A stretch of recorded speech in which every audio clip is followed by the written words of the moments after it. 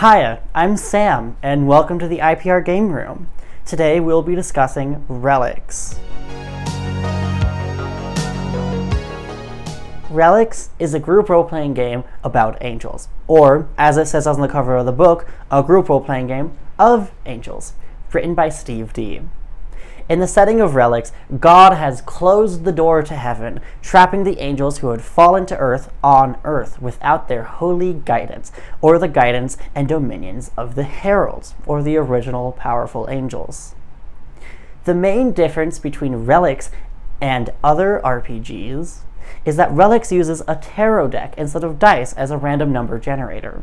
But naturally there are other exceptions, such as Mastery, which I'll cover on later, but basically means that if you draw specific suits of cards out of the tarot deck, you will succeed on a check. Or there's also the World card of the Major Arcana, which signifies a full success, much like Mastery. As I said before, the setting of Relics is one where the angels were trapped on Earth by God for whatever reason. Many angels believe it has something to do with the ongoing war between the angels and the demons, and as such a lot of angels think that this war should continue without the guidance of God, since it was the reason that they were probably on Earth in the first place. Now, a main distinction and the origin of the name is the fact that when an angel falls to Earth in this setting, in this world, their magic, their powers, their dominion, which I'll cover on later, are put into a magical artifact. While the gates of heaven were still open, these artifacts were extremely difficult to obtain and extremely difficult to use. But when the gates of heaven closed, these artifacts became a lot more open, a lot easier to access and use, and people will now go around pursuing these artifacts in the attempt to use them and their great power for whatever personal intentions they have. For these reasons, a lot of angels spend their time on Earth pursuing the artifacts and hunting down demons.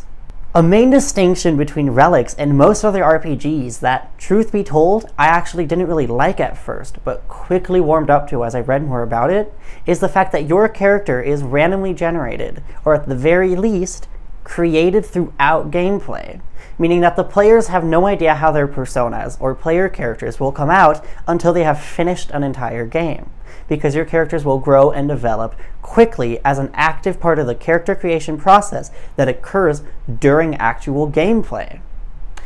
The character creation process has 8 main steps: drawing your signifier, determining your aspect, determining your herald, determining your descent, determining your mission, describing your relic, dominion, and first miracle, descriptive touches, and creating memories.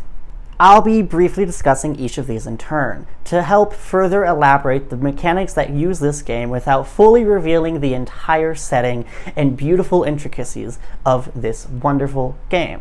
Your signifier is a single card that you will draw from the tarot deck at the beginning of character creation, and whatever that card is, whenever you draw it again, that will activate a miracle, as well as a full success. An angel's aspect, the second part of the character creation process, correlates to one of the 4 suits of a tarot deck: swords, staves, coins, also known as pentacles or discs, and cups. It also correlates to the tetramorph, or a highly symbolic representation of 4 elements mixed together, usually in angelic terms an ox, an eagle, a lion, and a human. An aspect will also determine a persona's mastery, which I briefly touched on earlier, and is basically a skill that, when you are checking for, if you roll a card of the suit that your character is associated with, you will instantly succeed at that check. Aspects will also determine the type of miracles that your character is capable of. A herald, the third step, is one of the original angels that a persona will work under. The herald that a persona works under, or for, will determine an aspect of reality that they hold dominion over, i.e., workers for Raphael will have dominion over healing, or Uriel will have dominion over fire. Step 4 is the reason why a persona, or an angel, fell to earth, whether they sauntered vaguely downward or were thrown out of heaven for whatever sin they may have committed. This aspect, this step, is optional. Step 5 is your persona's personal mission. There are 6 philosophies, as they are referred to in the book, correlating with different components of the armor of God.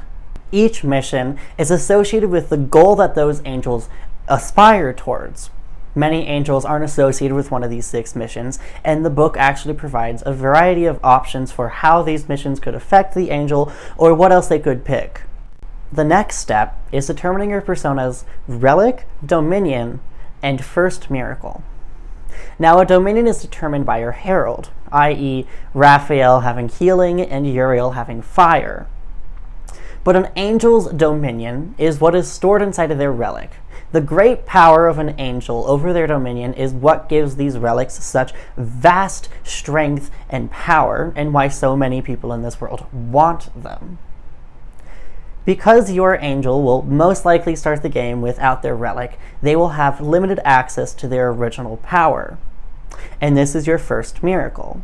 Now, the dealer, or the GM, has the ability to choose that you will have less or more miracles, but that is on a case-by-case basis.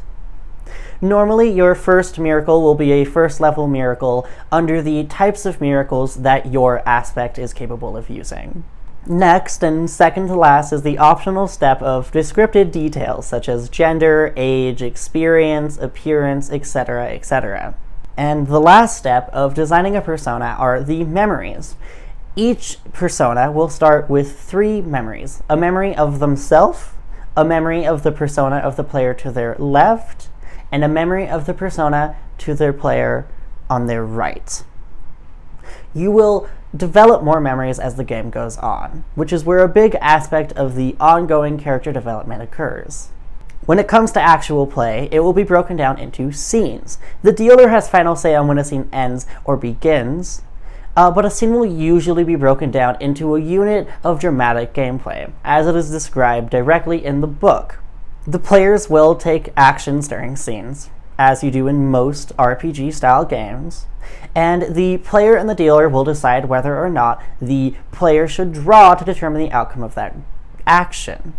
If the dealer says that the player should draw, they will draw a card out of the tarot deck, and whatever they draw will dictate the end result. Some draws will only apply to the minor arcana, or the basic suit cards, and others will only apply to the major arcana. Well, most draws will apply to all of them, taking any one of the cards that you draw, or the first card that you draw, as your final result. Depending on the results of the draw, the player will then experience one of the following: a failure, where they will fail at their action; a grudging success, where they will barely succeed at the action; a full success, where they will blatantly succeed at the action; a dramatic success, where they will succeed and then some; or dramatic failure, where they will horrendously fail at the action. Now, some cards will dictate an automatic success or failure, such as the World, as I discussed earlier, will be an automatic full success, and the Devil will be an automatic failure. If you draw a card that you have mastery for while doing a skill that you have mastery of, you will also experience a full success. Now, the general tone of this wonderful game is actually discussed in great detail in the beginning of the book.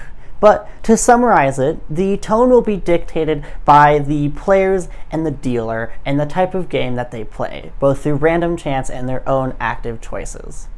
But it will tend to fall towards trends of mystery, horror, and action.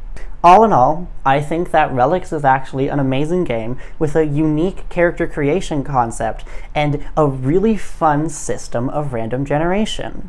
It also comes with its own tarot deck, which has beautiful artwork, mostly biblical, naturally, that can be used if you do not have your own or simply want to have a more appropriately thematic set of cards to look at while you play.